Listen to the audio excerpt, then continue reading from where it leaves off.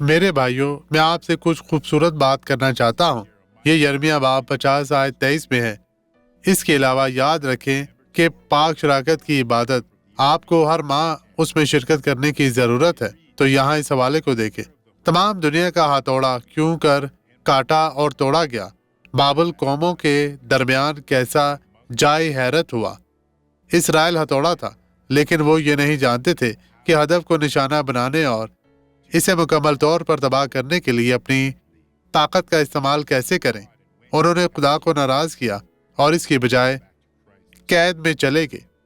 مسیح کے پاس واپس آئیں، اس کو ناراض کرنا بند کریں۔ ہر گناہ سے آپ کو معافی مل سکتی ہے۔ آئیں اب دعا کریں۔ باپ، ہم دعا کر رہے ہیں، ان تمام لوگوں کو برکت دینے کے لیے میں تیرے پاک مسوں کو محسوس کر سکتا ہوں۔ بدی میں تجھے حکم دیتا ہوں، ان کی زندگی سے یسوع کے نام میں چلی جا۔ خداوند آپ کو برکت دے۔